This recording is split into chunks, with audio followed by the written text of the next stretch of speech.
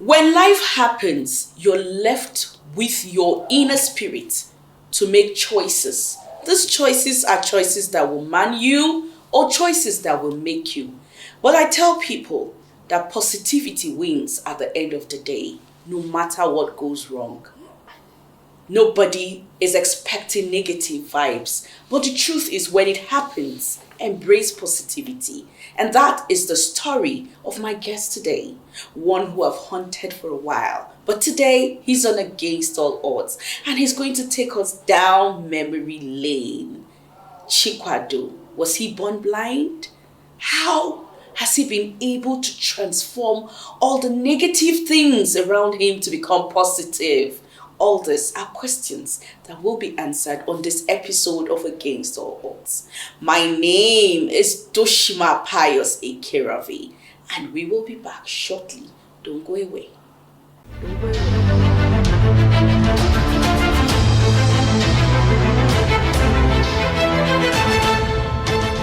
This is Against All Odds. Welcome back. If you're just joining us, the program is Against All Odds on the Nigerian Television Authority, the NTA. And yes, I have with me today in the house, Chikwado, popularly known as Chikwado. If you know how to speak Hausa, you will understand what I just said. This Chikwado name rings a bell, right? Very well. It's so good to have you on Against All Odds, like a dream come true. I've hunted you for a while now. Thank you so much. And yes, God has brought you right here for me.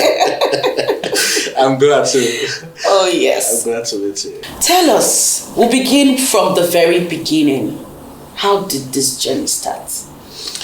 Oh, great. Thank you so much for having me. My name is Chikwado Chukwu, also known as Chikwado, the voice of the voiceless. I'm a disability rights advocate and also accessibility tech consultant. But other people call me a blind poet just because I do write poems that has to do with blind people. Precisely, that was on the 30th of September 2007. I was 13 then. And I went to bed just like every other child. Waking up the next day being the 1st October 2007, the same year, to realize that my sight has gone. And it was very, very shocking. I didn't know what to do. I didn't know what to say. I thought I was dreaming. Probably I had died and God was not punishing me somehow. But I was still hearing voices, familiar voices around. But I couldn't open up to anybody that I had lost my sight. Yeah, so it took me a long time, complete 7 days before I told anybody that my sight has gone. During that period, I was still using my senses to move around. Then I was in primary 6. Wow. And I had just written my last exams. I was also preparing to attend the Nigerian Independence Day because, as children then, they usually organize a special occasion for us. Yes. Nobody knew. I couldn't tell anybody because the time I used it as a joke to tell my brother that I could no longer see, and my brother slapped me, but thinking that probably I was doing something like that to joke. But I went back home and back to my room. I cried, I wept my tears. Then I decided to remain that way until on the 7th day, I was trying to step down the pavement, like the corridor of my house. I was then in the village, and that was how I think my left leg slipped, and that was how I fell. I was then on the ground crying. And people now came and were like, what is going on? I said that I could not see. Then I was now screaming that my eyes, I could not see. How long? for the past 7 days. But nobody believed me still. Because then I grew up as a very playful guy. I was used to play with almost everything, you know. So even at that moment, my grandmother, my mom had died 3 years before. So my grandmom was like, what's the problem, my husband? And I said, Mom, I could no longer see. And I even stood up trying to find my way. I bumped into the wall. I hit the wall, and that was when everybody started crying. It was really a very terrible experience. It happened, boom. No premonitions, Nothing. no signs, no sickness, nothing whatsoever. I just went to bed as every other child did. Waking up the next day to realize that my sight has gone. And that was how I lived my life. It's 18 years already. I usually celebrate myself every 1st October as a blind man. You know, you celebrate yourself with Nigeria. 18 years as a blind man. Yeah, in the blind world. And you know, that brings in a lot of positivity into your personality. Like, I met it was through your write-up. And in the write-up, I was like, this is a very positive person. And it doesn't even look like. That's why I asked you, are you a person with disability? Yeah. And you said yes. It was like, wow. So what actually built this level of positivity? Nobody could actually count on a blind child because there was nothing I could offer. So I lost hope for everything, but I had one thing. I still have that zeal to succeed. But I never knew how that would happen without any formal education because all my primary school colleagues had long gone, been admitted to secondary school, and moving on was difficult. I was in the village, mom had died, and even if she was alive, there was nothing she could do because we were poor. Dad was alive and is still alive, of course. And he too was poor. Let me not use his because God has transformed. Yeah. So and he was poor. There was nothing he could do. Uncles, aunties, everybody were just struggling.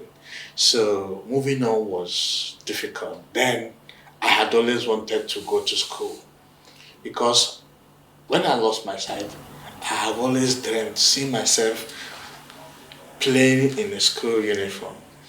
Though sad, I was still seeing myself in that my primary school uniform. Yeah. I was thinking I would be seeing myself in a dream where I would see myself in a secondary school uniform with my parents. But that never happened. Not knowing that there was a hidden meaning to that. Until after 3 years, when I got a call from a boy in State Ministry of Women Affairs, and I went there. Somebody has submitted my name there, the former LGA chairman of my council. So submitted my name there, and they told me that they want to take me to Lagos.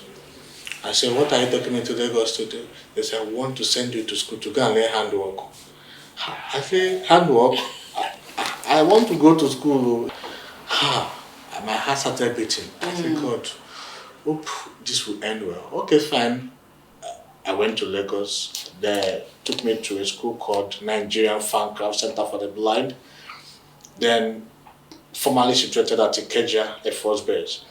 So I went there. The next day, I sent somebody to help me buy pen and book, exercise book, because they said after 2 days of our class, you know, a blind man has sent somebody to go and buy book Beg. because I wanted to know how they are going to teach me, you know. So of course they got me those items. We went there, only for me to realize that it's a vocational training center where they teach blind people how to learn certain skills and afterwards become self-reliant. So, and those stuff they were teaching them were something like all these household materials, insecticide, IPO, cream, liquid soap, bar soap, you know, detergent, all of that. I will not lie to you. I even told myself I will not learn because this is not what I want. I want if they could introduce something to me that could make me read and write. But I also knew within myself that a blind person could not go to school. That was the mentality anyways. because I've asked my uncles there in the village, sir, is there anywhere I can go to school again? You know, say, maybe not in this world. It's after I die and resurrect. Well, that mercy. See, That was my uncle. I cried actually as a child. Okay, fine. I proceeded. I started taking the class until I one day a teacher walked into the class, a blind woman then walked into the class and introduced herself as a Braille teacher. I didn't know what Braille was. I thought because I couldn't even speak English actually. I couldn't speak good English, but I could write. So I was hearing bread in my own ear. Like, it was later I went to ask, what is bread? He said, bread. Don't you know what is bread? I said, I don't. You told us about bread during the class yesterday, ma. He said, okay, Braille. I said, ma, call it again. I said, spell it. She now spelled it. I said, what is the meaning of Braille? He says it's the way or format where in which people who are blind or with low vision can still read and write and move on with their academic portion. I said, okay, if I learn that thing, will I still be able to read and write? I said, will they put something inside my eye? He said, no, you are going to use your finger. I became so curious. I could not sleep again because I think there was something that had now aligned with me that was coming ahead. So that was how I learned Braille. I started learning Braille with my hand with A, B, C, D to Z, 1, 2, 3 to 100. And I began to learn words, formation and all of that. And within a month and 5 days, I became a pro. And I was given an award because according to them, that was the first time. The first time that a blind student came into this place and just used a month and 5 days to learn Braille. That Braille is a difficult thing to learn. That takes even a year or even more than a year to learn. So, but I learned within a short period of time. So, and then afterwards, I became curious. How could I forge on? I want to go to secondary school because I said, if I learn this, they will be able to make sure I go to school. And that was how I was in that same school and I took my national common entrance exams. And I applied to Federal Government College, Lagos. So afterward, I got some support from my government, state government and the local government, and I pursued my secondary education. It was when I got in there that I said, come on. So, but when I got into the school as a JS1 student, it was not easy because I was literally the oldest student in the entire school. Lagos children now, they are free to go to school. Yeah. So, and they were used to calling me uncle. They were used to calling me uncle. I started going JS already gradually. I was 19. Really? I was 19 in JS1, yes. Wow. And I started going beers gradually, So regularly, I always have my shaving stick.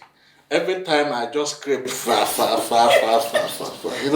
So just because, and again, even these people that were calling me uncle, they were on trousers, and I'm on short knicker because I'm a junior student. I was a junior student. Eventually, I finished well from the school. From my secondary school. And I had JAMB. I did very well in JAMB. And I applied to study law at the University of Lagos. Then after my graduation from FGCL Lagos. So I got admissions on merit in December 2016 to study law, and the rest eventually became history because already I have finished from the university. I've also gone law school. Finished this year, 2025, February, from law school. And life has been okay with its ups and downs, man. Honestly, yes. Yeah. Obviously, life has been good to you, Chikwedo. You have actually taken your family out of that poverty trade. Imagine, it is you, out of all the children, right? Yes. Who has been able to do this. We thank God for everything. Today you are a tech consultant, and you are moving everywhere. Yeah. Tell us about this. Yeah, sure. I'm currently into assistive technology. Assistive technology is part of the tech world, the tech era, everybody enjoys. But this one is specific. It has to do with people who are with one disability or the other.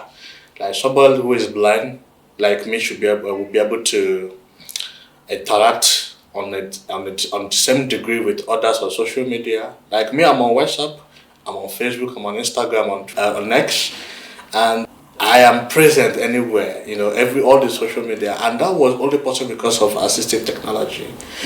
And I have had some trainings outside the country regarding disability services, and that was how I learned much about assistive technology. Like, how can these people, because we cannot really do much without tech. Yeah, sure. Almost everything, even while I was in the university, I wrote all my exams using computer. And you can imagine a blind man operating computer very well.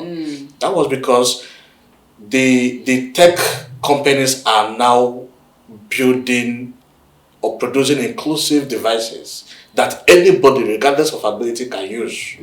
Yes, though often at times those materials are very, very expensive because they run into thousands of dollars. Of course, I was going to say that because a lot of blind people won't be able to afford it. Yes. Like here, I have this here. This is called Herbal One. I am currently the brand ambassador of this company here in Nigeria. Okay. It's a Dutch company. Okay. And what this thing does is that it helps blind users to navigate through their phone even faster and even type very, very fast. Like, you and I chat on WhatsApp, right? Yes, sure. And you see I chat very well and I respond to, when you drop a message, you'll be in a process of responding. I've written maybe 2 or 3 lines and sent to you. Yeah, it's because of this. Okay. And we also have our computer. We have smart care guide. We also have a highly optimal hearing aid for those who are deaf. Okay. We have electronic wheelchairs. If your products or your services are not designed in a particular way, the law may come after you. Whatever services we put out there is inclusive and accessible. Is it affordable? It's not affordable, and that's why it's not affordable. I mean, when it comes to what we are using, it's not affordable to people like us. Like someone like me, I partner with a shell company, Watersmith, to get some of these products. We just have to put up a proposal. This is what we need to be given out to so people, so users. They look at it as okay, they raise the fund, we get those devices and give it out to people that need them. This one alone is about over 300 euros. And 200 euros today is over 500,000. Yeah, sure. I get it. So how many of us can afford it? It's very few. And not even few, nobody. Okay, so that's one of the things your advocacy does. Yes. You solicit for these things and then you give it to people who... With assistive tech, we can be more productive. How am I going to work? Yeah. And I'll have to write to you or to the superior head that I need to show material for me to really function in this position. And once that is made available to me, you will see that I will even outperform others who have their eye, who have their hearing and all of that. Yeah. So because we have something that really pushes us, something that really helps us to do the same work people are doing with your eye, right? Yeah, so that's what assistive technology does. Reasonable accommodation. Reasonable. Right? That is part of the reasonable accommodation. Yeah, that is the universal language.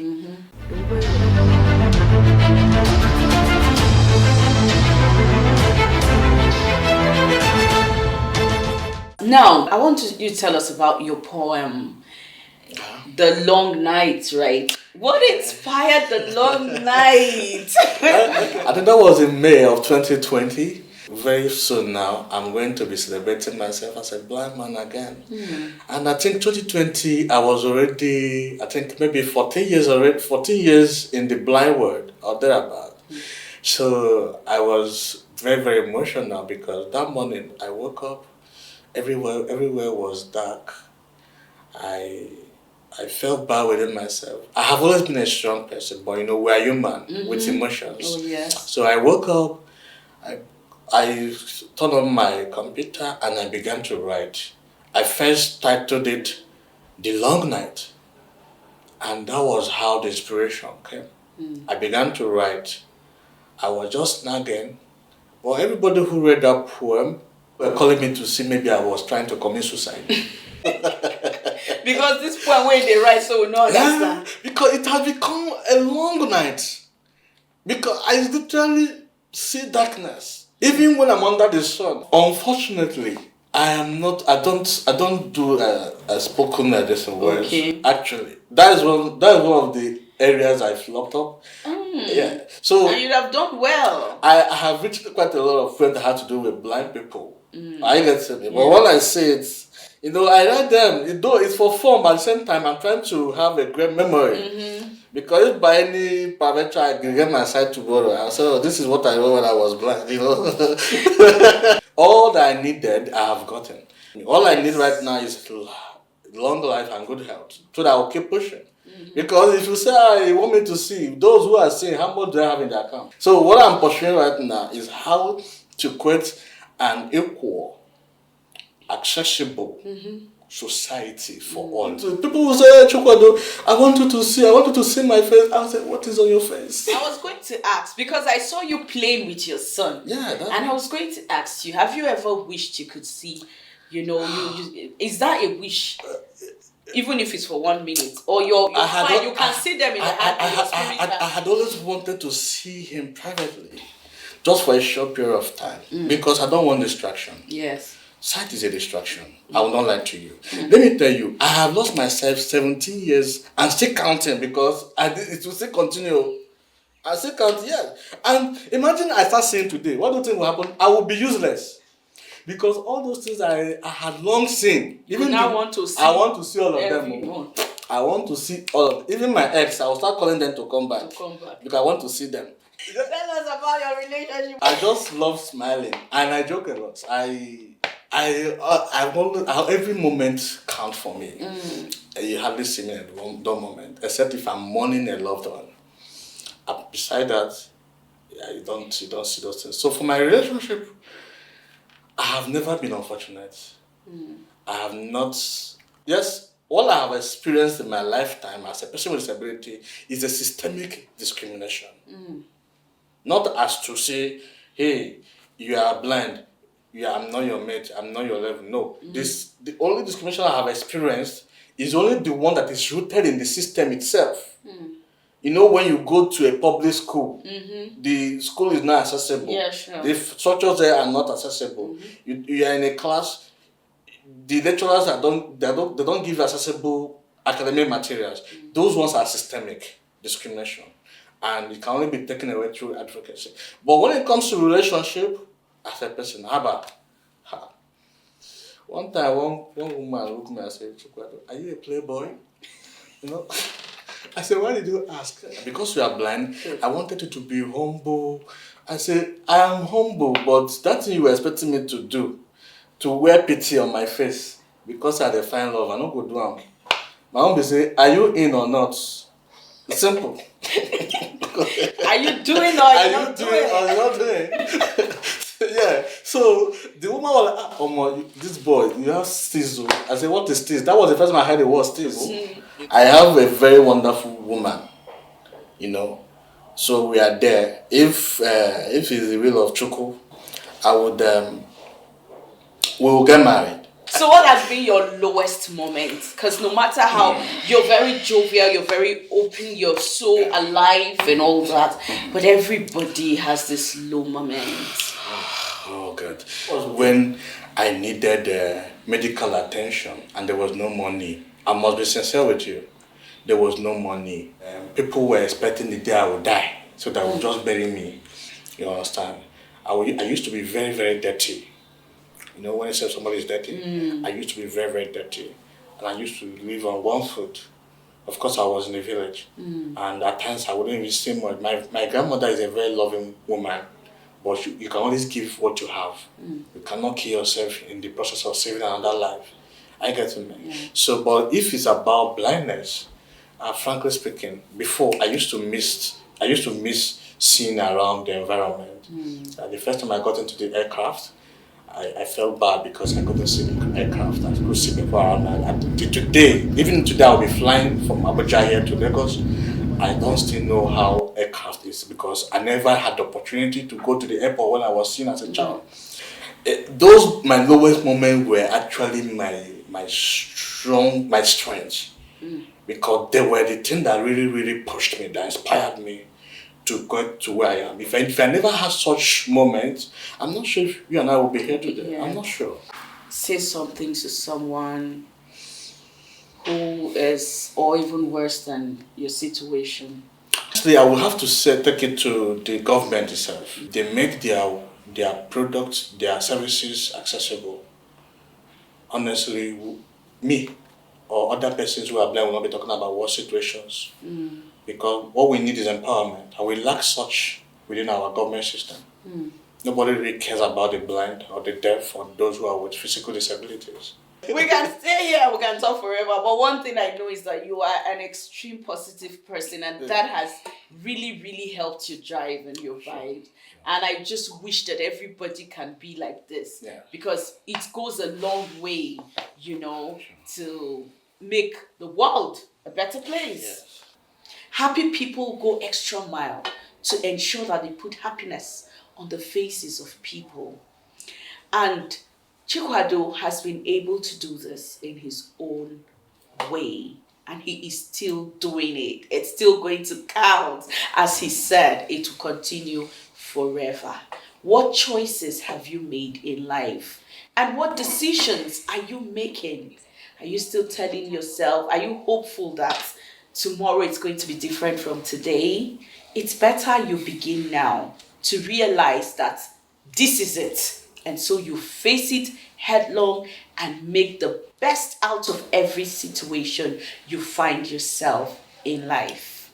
Thank you for staying with us on Against All Odds. I want to believe that someone has been inspired and lifted too, because I have been inspired and I have been lifted. Be happy. My name is Toshima Pius Ekiravi. Thank you. Bye-bye. Audio Jungle.